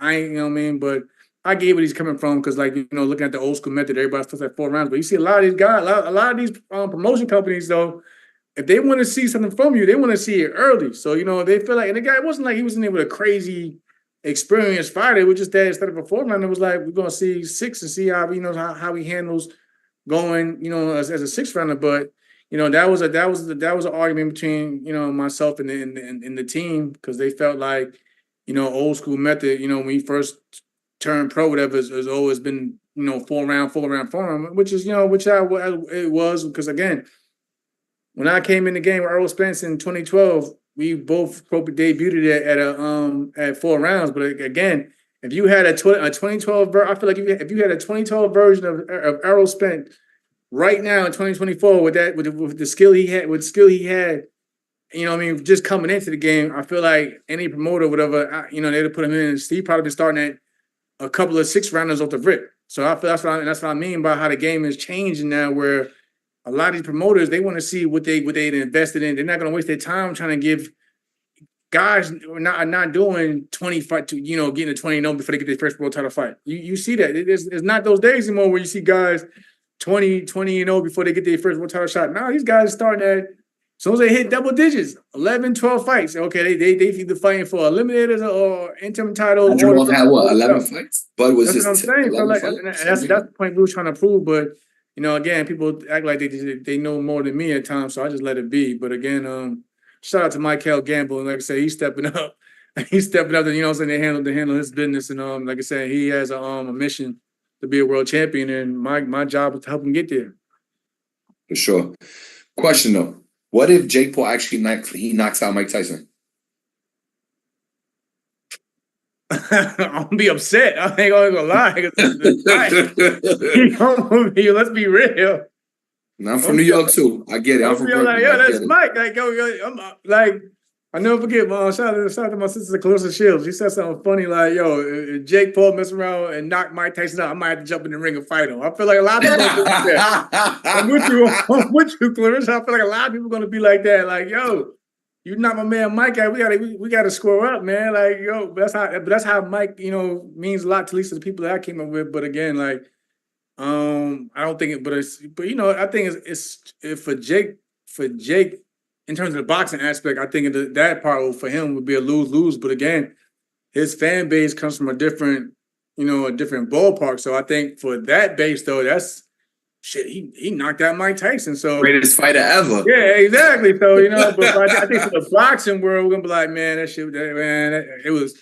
We ain't want to see the beginning, but I think for like just that core, you know, Jake, you know, base, I think they're gonna think it's the greatest thing in the world. Definitely. The league gonna be some endorsements and everything coming out the woodwork. Yeah, like you said, it'll be sad to see. You know, if it happens. You know, Holyfield, we just saw him not too long ago. You know, take a fight with Beterbiev, and he didn't look good. And I don't think a lot of his fans and people who respect Holyfield were happy. You know, felt a little sad. Felt a little down and out to see Holyfield lose like that. Right. You know, I get it. I mean, it's hard for a lot of us fighters, you know, even as we get older, like just to like, you know, step away completely from it at times. But I can understand also when the fans see it, like, you know, they have that hope, that little glimmer of hope that, you know, maybe he could pull something out and, you know, just and show some of that old, you know, resemblance of which we grew up and loved. But again, you know, it's sad to see, you know, saying the legends you came up with and grew up with, for like watching, you know, go out in just a bad way. Yeah, we don't want to see it. Yeah, hopefully that's not the case. I mean, it should be a pretty big event. It's, you know, it's streaming live on a platform that services with 250 million people. So who knows? And with that being said, you know, this is a pretty big event for Jake. He's got this partnership with Netflix. It's streaming, you know, live for so many people. Where does Jake take this boxing thing? Can he top? I give him that. He put more exposure and eyes on the sport. I give him that. And again, boxing, it's funny because I say maybe like, 5 years ago, 4 years ago, maybe, a lot of people were sitting there, you know, clowning and laughing about like the zone and stuff, and streaming in particular, you know, boxing going to streaming. You know, remember the ESPN Plus came about, everybody had an issue with that. The zone came about, but it's like, if you look at it, that's becoming the norm now. Like, you know, streaming is where it's at with boxing. So in the business sense, I feel like Jake Paul, you know what I'm saying, is putting a lot of, I mean, even now you see PPC with Amazon. Like, I mean, like, again, boxing is definitely going to streaming, you know what I mean? So I feel like we, like, fans, like, whether we like it or not, we got to somehow figure out how to adjust with the times. Like, I mean, of course, I grew up watching Showtime, HBO, but again, I'm not going to not want to see a good fight just because on a certain platform. So again, in a certain platform that we're all familiar with, especially with Netflix. I mean, pretty sure everybody watching got a Netflix account or borrowing somebody's account. So we're gonna tune in, Definitely like, borrow somebody's. you know what I mean? Like, here, you know what I mean? My mom borrowing my account. You know what I mean? I'm just saying though, like, somebody good, people gonna tune in. You know, think about spectacles and big events and maybe things that are a little unorthodox. I can't believe this slipped by me. Does Shabbat take that $100 million and go fight McGregor, man, in the MMA and boxing? I think Bud, Who you think about? I give Bud the respect because, like I said, even McGregor said was like, you know, I respect Bud because he actually came out and was like, I'm not trying to get kicked in my, you know, kicked all over my elbows and stuff. He knows it, like I say, like we as fighters, deep down, we know our lane. You know what I'm saying? We can sit there and clown how we beat up on MMA fighters when they do come over here and get in that ring. But again, you don't see a lot of boxers trying to jump into that octagon either. But it's like, yo, for what? Especially if we feel like we can get more, you know, more and take, you know what I'm saying, take less risk to our limbs at least, you know what I'm saying, in a boxing ring. So yeah, I'm not mad at Buddy, man. He probably, hey, go get it another way. You know what I mean? But again, if it's like, yo, nah, that's 100, that's still 100 M's both ways, Mel. Like, hey, go get your money, bug. 200 M's. Yeah, you set up into whatever happens, set up into the wind, brother. But again, you go by a planet, get off of Earth. Earth. Like I said, I just respect his comment. Like he didn't hide and make it like, you know, make it nothing like or make people assume that he was gonna, like, you know, duck. He was like, nah, I'm not trying to get kicked all of my, you know, arms, but it's 100, you know, so whatever. I mean, I was just gonna say, for me, right? I guess, don't get me wrong, you're right. It's whatever Bud wants, and I think he should do what he feels comfortable doing. But I think the intrigue comes from, look, most people, you know, I like to do this even kill, just give people, right. You know, their platform and let them talk and be factual based. When it comes to Bud, I might be a little biased. It's my favorite fighter. I think he's dope. You know, Bud is dope.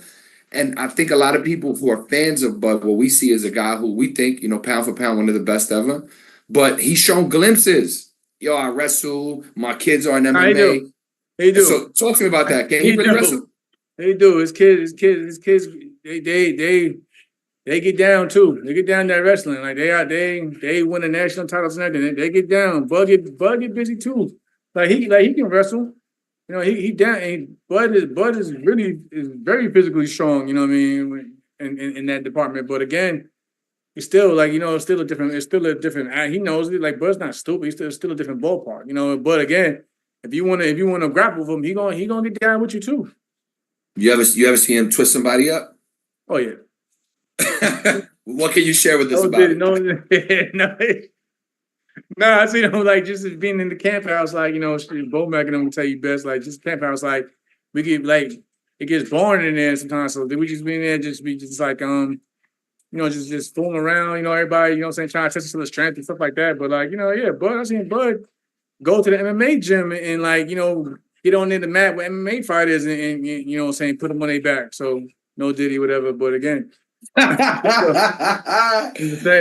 watch what you say, you know what I'm saying, with everything going on in the world today. But again, like oh, all right. Look, I'm gonna hit the clutch and we're gonna switch gears and we're going that way. What do you think about this thing? You a New Yorker, Jamel. I'm a New Yorker, Jamel. What do you think about this thing? I know how y'all in New York should be brutal on each other, like well, it turned to a damn meme, like, man, they say, man, but I had putting dudes on it. Like, come on, bro. Hold up, man. Like, y'all know. Come on, man. I'm twisting it up right now, man. Literally, come on, man. But what do you think? So, you know, what I'm saying is, you a New Yorker, I'm a New Yorker. We about the same age. You know, we came up around the same time. Right. Bad Boy, you know, impacted our lives for sure. Yeah, there's no way if you're a hip hop fan. What do you think about all this Diddy stuff, man? It's crazy. But it's crazy. You bring up New York just in culture or hip hop. I was looking at your background. I was like, man, for a long time they thought New Yorkers didn't respect LA or the West. But like you know, like New York thrived off of, you know, hip hop from all over. So, you know what I mean? But again, like it was kind of crazy because most of us, let's be real, we grew up watching, listening to a Bad Boy track or something that was associated with Bad Boy, with production, whatever, you know, especially during the come up in the 90s, growing up in the 90s, whatever. But it's crazy. But again, like I said, the more social media and the internet exposes the lives of the people we thought was, you know what I'm saying, immortal and untouchable, stuff like that, the more you start to see all the skeletons and everything come out the closet, you know what I mean, with the celebrities, and it's like, yo, it's a entertainment world is a crazy world, man. It's a crazy world. Yeah, it's sick. I feel like don't get me wrong, if somebody's done something wrong and it's proven and they gotta be held accountable, whatever. But I feel like we're in an era where, man, if the skeletons are there, don't bury them, incinerate them, because they coming for them. They're coming for the skeleton in today's culture. Cancel culture is crazy. Oh yeah, no, yeah, definitely crazy. But again, like I said, we live in a world now where the fans have a lot more access to, the celebrity. So you definitely got to be on your P's and Q's, and if anything, you got to just be a good individual in life. Period, man. It's not even about cleaning up your mess and trying to hide it. Nah, man, you got to just do right by people, and people, I'm guaranteed, people will leave you alone. Of course, you probably gonna have some people, something come out here and there, but nothing like what's like is putting you behind bars, like life threatening and stuff. So I'm like, you gotta just be a good person in general. So like, do right by people, and you want to have to worry about looking over your shoulder. For sure. Follow-up question I gotta ask since we on the topic. Jamel ever been to a Diddy party? Hell no. I ain't never been to no Diddy party. I never got invited. But that's probably a good thing now. You know what I mean? As soon as you get a little photo, I post everything on my social media. So as soon as y'all are brutal, yo, they're gonna put, man, it's you, Mel. Like, come on. I'll probably just dap that man up real quick and took a picture. But y'all, you was with him. Oh, forget about it, man. Look, poor Devin. Devin can't live it down. He got that picture in the pool. They definitely, every time Devin say something to even don't get nothing about this, nothing. It could just be about, like you said, this you? I'm like, come on, y'all gotta chill. You gotta relax. You gotta relax. Shout out to my man Nori. You gotta relax. It is what it is. I'm supposed to be brutal. Yo, I respect y'all, man. I'm not doing a lot of arguing with y'all on social media, man. I'm not because we're not gonna fight. Like, I don't know, like half time you don't know who the hell you arguing with. So I'm not gonna sit there and keep going. Like, I'm not messing with y'all on social media, man. probably the wise thing to do, man. For real, man. You gotta just let it go, man. Like I've read and was telling it all the time, man. Mel, you gotta let the thing go. You arguing to do with 15 followers. Damn, Dad. I don't care how many followers he got. He coming at my character. Like that's how it was. Like, I don't care if he had 2 followers. You might see a reply. Yeah, for sure. It depends what mood you catch me in that day. Yeah, I'm saying, like sometimes I'll be just be in a petty mood. Like I'll be in like the Russells. Like Russell Simmons in the tub on the phones, like mood. Like I'm sitting there, like I'm just being petty, like replying to everything negative just to get a laugh, just to see how far I can get you mad and see that I'm not bothered. So I'm like, that's what I do half the time. I just like, and they be like, man, what you doing over there? I'm over here on Twitter. Hold on, let me get back. Like they'll know. They're like, I get real quiet. I get real focused on the phone. Like, yeah, you must be on Twitter. Like, yeah, I might try because I gotta get back. I gotta answer this before it's too late. for that window, I missed that window of opportunity. Hey, listen, man, you catch me in the right day. I'm a wordsmith. I chop you up, but I try not to. Be real. I'm real eloquent. Get like Tyson to them.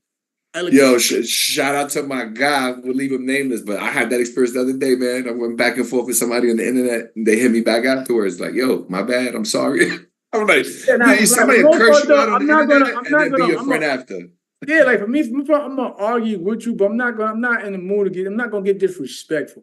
I'm gonna let you get disrespectful. Then I'm gonna call out like, yo, I'm just having see how you getting upset. I'm trying to have a regular conversation. You want to go to names and this and that and this why it.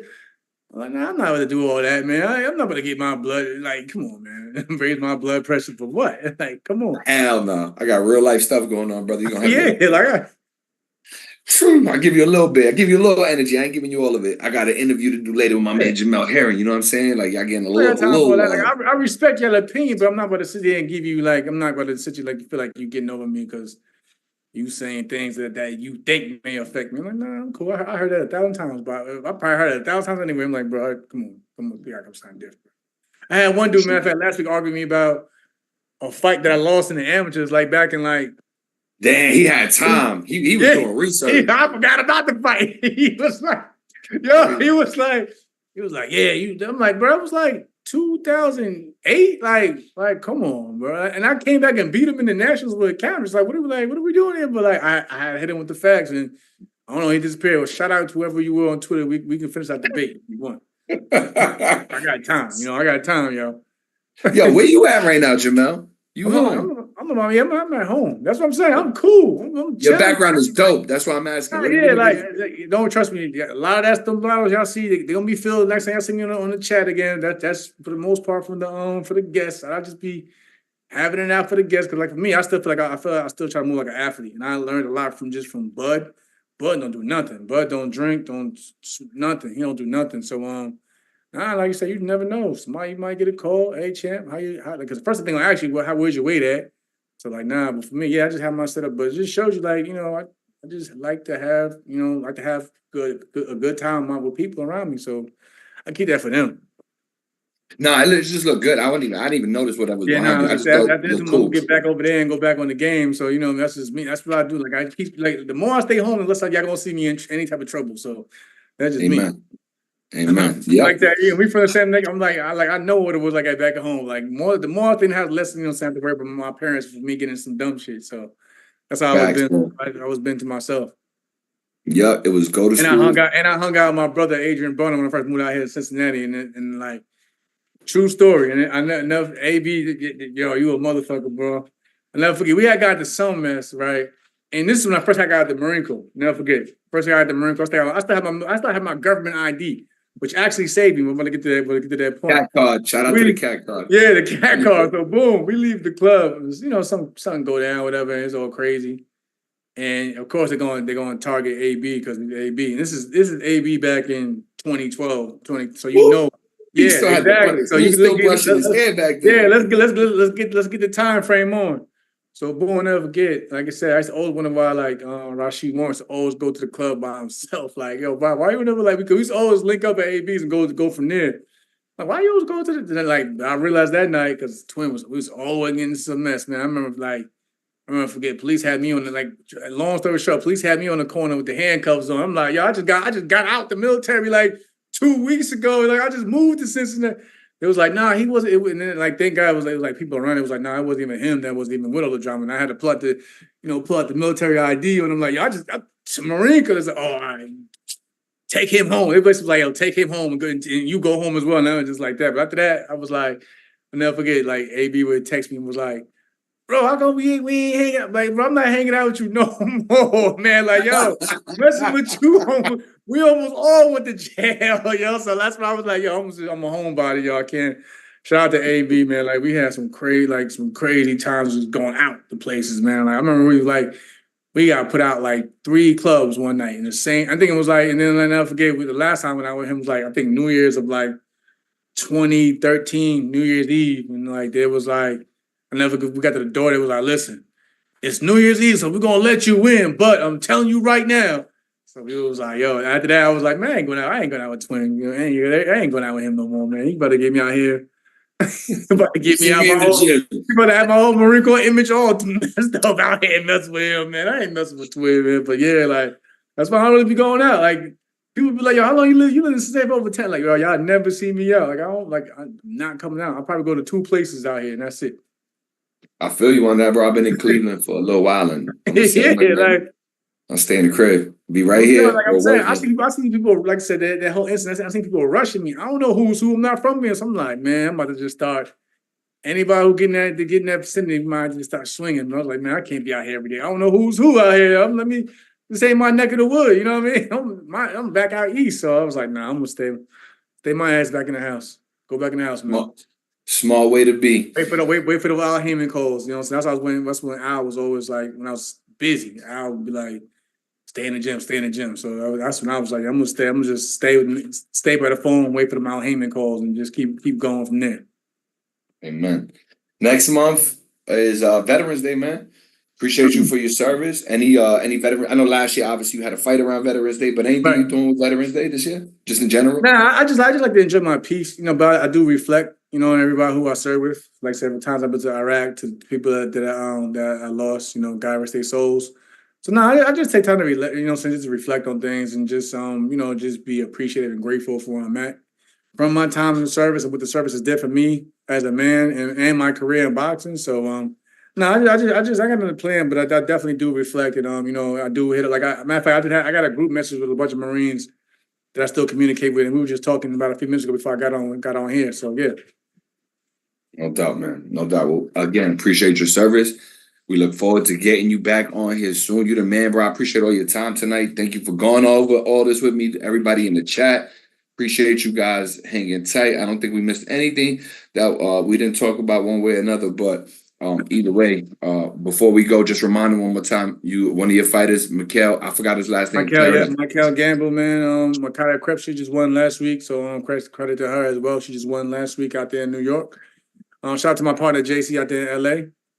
But again, yeah, I'm just grateful for where I'm at. Like, again, if I fight, I'll fight. You know, I'll be ready. I'll definitely take it 100% seriously. But again, I'm in a good space. I'm in a good space right now, and I'm just, you know, venturing out, doing other things. I need to get back into commentary, and like I was saying, even to you and Ben, you know, I've been thinking about even doing, like, you know, flirting with the idea of even getting down with podcasts and things of that nature. Because, you know, we had a good time. We just kicking, talking boxing.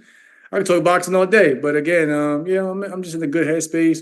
And like I say again, man, thank you all for the platform and everybody who tuned in. For sure, 100%. And listen, man, you know, if you want to do a podcast, I strongly suggest you do. The fans would love to hear from you, Jamel. You got great insight, man. Appreciate that. Yeah, no doubt. FightHype. We brought you another episode, No Holds Barred. This is episode 3 with Jamel Herring. We look forward to getting him back on the channel. Just keep up with us, man. No Holds Barred is a new segment that we have, and we got more episodes planned for this month. So we already direct Instagram at the Puerto Rican Kid KG. It's a fighter promoting it on theirs, or anybody that we interview and kind of sharing it. So be on the lookout for your favorite fighters, notable folks in boxing, promoters, managers, trainers. They may be posting that they're coming on No Holds Barred. And when you see that, make sure to join us. And we appreciate you here on FightHype. It's KG.